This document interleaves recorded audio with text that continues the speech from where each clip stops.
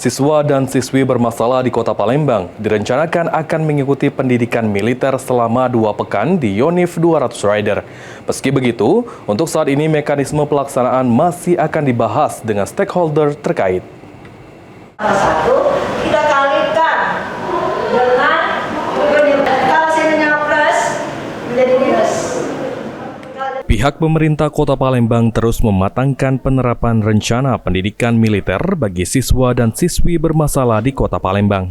Ditemui pada Rabu 7 Mei 2025, Sekda Kota Palembang Aprizal Hashim mengatakan, usai pertemuan dengan Yonif 200 Rider, siswa dan siswi bermasalah akan menjalani pendidikan militer di Yonif 200 Rider yang dilaksanakan sekitar 2 minggu. Meski begitu, untuk mekanisme hingga materi pelaksanaannya masih akan dirapatkan terlebih dahulu pada pekan ketiga Mei 2025 dengan stakeholder seperti Polrestabes, Komnas HAM, Kemenkumham, Dewan Pendidikan, dan lainnya. Sehingga pendidikan militer bukan berupa hukuman, namun menjadi media pembelajaran agar siswa-siswi bermasalah menjadi lebih baik. Mekanismenya ya mungkin 2 minggu ya, 2 minggu bagi anak-anak tersebut.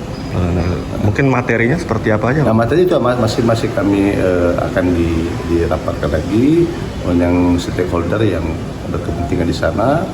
Ya itu tadi seperti Komnas HAM, Dewan Pendidikan, mungkin lembaga swadaya masyarakat juga kita ajak ya untuk meramu ini.